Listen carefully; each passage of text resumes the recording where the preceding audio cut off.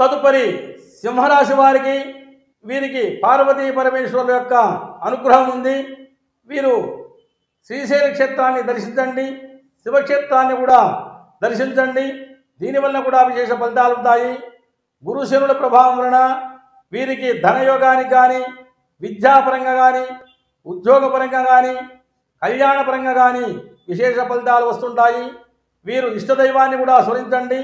ముఖ్యంగా పార్వతీ పరమేశ్వరులు వరప్రసాదం వలన మీ కోరికలు కూడా సంతృప్తిగా నెరవేరుతుంటాయి. తరువాత ఆశించిన ఫలితాలు పొందుతుంటారు. తరువాత ఉద్యోగపరంలో, విద్యాపరంగా కూడా కొన్ని పోటీతత్వాలు ఉంటాయి. దీనిలో కూడా మీరు శక్తి సామర్థ్యాలు ఉపయోగించి ఆ స్వామివారి అమ్మవారి అనుగ్రహంతో విశేష ఫలితాలు పొందుతుంటారు. మీరు కూడా కృషితో నాస్తి దుర్భిక్షం అన్నారు పెద్దలు. మనం ఏ కార్యక్రమైనా సరే కృషి చేశామంటే విశేష ఫలితాలు వస్తుంటాయి. దీనివలన కూడా మీరు విశేష ఫలితాలు వర్తిస్తుంటారు.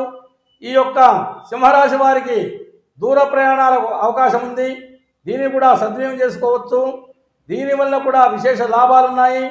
తరువాత వీరు కూడా సింహరాశి వారు అనుకూల పరిస్థితుల్లో ఆధ్యాత్మిక పరంగా కానీ, తరువాత తీర్థయాత్రల క్షేత్రం కానీ దర్శించి శివపార్వతుల యొక్క అనుగ్రహంతో కూడా విశేష ఫలితాలు కూడా అన్నీ వర్తిస్తుంటాయి. వీరికి కూడా విశేష అంశాలు కూడా ఉంటుంటాయి.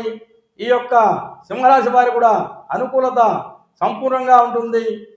మీరందరూ కూడా చక్కగా పాటించి శివపార్వతుల అభిషేకం జరిపించి శ్రీశైల క్షేత్రము, శివక్షేత్రాలు దర్శించి విశేషాన్ని పొందవలసిందిగా కోరుతున్నాము.